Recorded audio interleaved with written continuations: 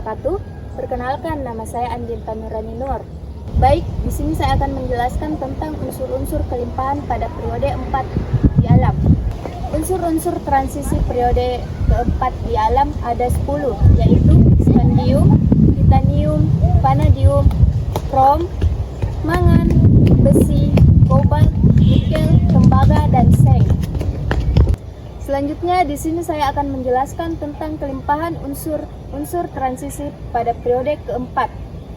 Yang pertama ada scandium atau Sc. Ini sangat jarang ditemukan. Biasanya dia ikut pada mineral logam lain.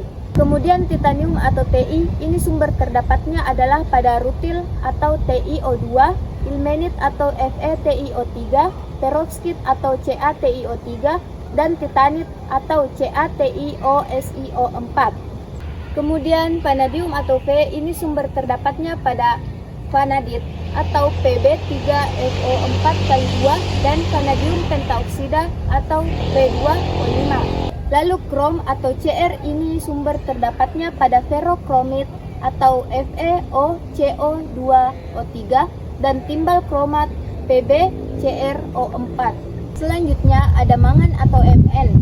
Ini sumber terdapatnya pada batu kawi atau pirolusit, MnO2, mangan sifat atau MnCO3, dan manganit atau Mn2O3H2O. Kemudian besi atau Fe, ini sumber terdapatnya pada hematit, Fe2O3, magnetit, Fe3O4, siderit, FeCO3, limonit atau FeOH, dan pirit, FeS2.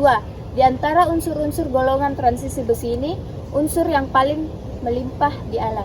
Kemudian kobalt atau Co, ini sumber terdapatnya pada kobaltit atau CoASS, demasit atau Co3S4, dan smaltit atau CoAS2. Kemudian nikel atau Ni, ini sumber terdapatnya pada pentladit atau FeS, NiS, mileri atau NiS, dan gamerit atau H2NiMgSO4.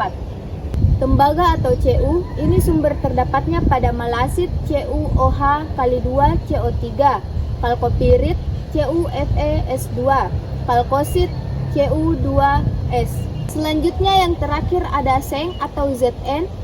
Ini sumber terdapatnya pada zinkite atau ZnO, kalamin atau ZnCO3, dan seng blende atau ZNS. Sekian pemaparan materi saya tentang kelimpahan unsur-unsur transisi pada periode keempat di alam. Assalamualaikum warahmatullahi wabarakatuh. Perkenalkan, nama saya Yuti Sirpayana. Baik, saya akan menjelaskan materi cara mengidentifikasi atau memperoleh unsur periode 4. Yang pertama itu scandium atau Sc. Dibuat dengan elektrolisis cairan SgCl3 yang dicampur dengan klorida klorida lain. Yang kedua yaitu titanium atau Ti. Adalah salah satu metode yang digunakan dalam proses pembuatan titanium adalah metode Kroll yang banyak menggunakan Kroll dan karbon. Yang ketiga yaitu vanadium, ferrovanadium atau logam campuran dengan besi. Dihasilkan dari reduksi V2O5 dengan campuran silikon Si dan besi Fe. Yang keempat yaitu krom atau Cr. Logam krom dibuat menurut proses Jordan-Senig dengan jalan mereduksi Cr2O3 dengan logam aluminium. Yang kelima yaitu mangan atau Mn. Pembuatan ferromangan dilakukan dengan mereduksi MnO2 dengan campuran besi oksida dan karbon. Yang keenam yaitu besi atau Fe. Proses pengolahan biji besi untuk menghasilkan logam besi dilakukan dalam tanur tinggi. 7. Kobalt atau Co. Unsur kobalt diproduksi ketika hidroksida hujan akan timbul hipoklorit sodium NaOCl. Yang ke-8 yaitu tembaga atau Cu. Proses pengolahan tembaga diawali dengan pemanggangan kalkopirit CuFeS2 atau biji tembaga lain. Hasil pemanggangan dioksidasi dalam oksigen. 9. Sen atau Zn. Pembuatan logam sen dilakukan dengan pemanggangan seng sulfida atau ZNS, kemudian oksidasi seng direduksi dengan karbon pijar. Sekian dengan penjelasan saya. dengan materi cara mengidentifikasi atau memperoleh unsur periode 4. Assalamualaikum warahmatullahi wabarakatuh. Perkenalkan, nama saya Andi Muhammad Arifan. Di sini saya akan menjelaskan sifat fisika unsur periode keempat. Yang pertama yaitu bersifat logam. Semua unsur transisi periode keempat adalah logam dengan elektron berpasangan kecuali pada logam seng. Kedua, memiliki titik leleh dan titik bidi tinggi. Keunggulan ini disebabkan ikatan antar atom pada logam di unsur tersebut lebih kuat. Sifat magnetik. Sifat magnetik ini berupa paramagnetik, diamagnetik, dan ferromagnetik. Keempat, jari-jari atom lebih besar dan tidak teratur dari kiri ke kanan. Kelima, ion berwarna. Hampir samanya tingkat energi elektron pada unsur transisi, memicu munculnya warna pada ion-ion logam transisi. Itulah tadi penjelasan saya tentang sifat fisika unsur periode keempat. Assalamualaikum warahmatullahi wabarakatuh. Saya Muhammad Ikhlas Selamat ingin menjelaskan sifat unsur kimia periode 4. Sifat unsur kimia periode 4 ada dua, yaitu 1.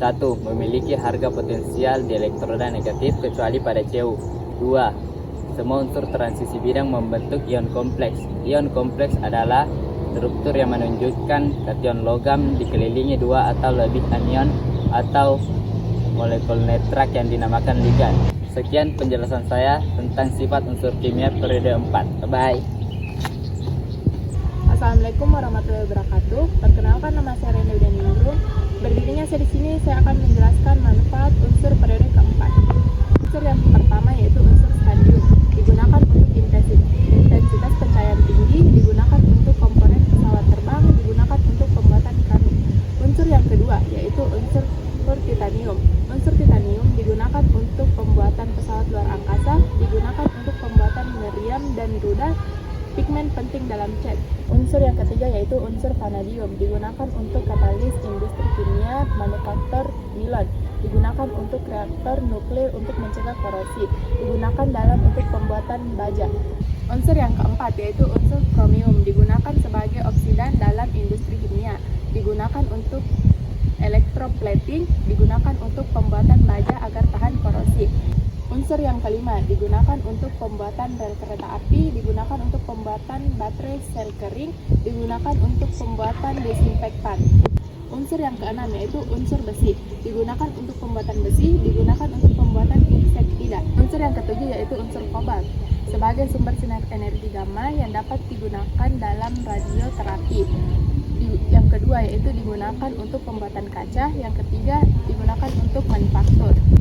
Unsur yang kedelapan yaitu unsur nikel, digunakan untuk pembuatan uang logam, digunakan untuk alat konstruksi korosi, digunakan untuk dalam komponen anti karat industri kimia. Unsur yang kesembilan yaitu unsur tembaga, digunakan untuk pembuatan sulfa yang dicampurkan dengan NH4OH, digunakan untuk pestisida dan insektisida, digunakan untuk pewarnaan keramik. Unsur yang ke-10 yaitu unsur seng, digunakan untuk pengawetan buku, digunakan untuk sebagai lapisan sel galvanisasi, digunakan untuk sel baterai kering. Adapun dampak penggunaan unsur periode keempat. Unsur yang pertama yaitu scandium yang dapat menyebabkan emboli paru-paru.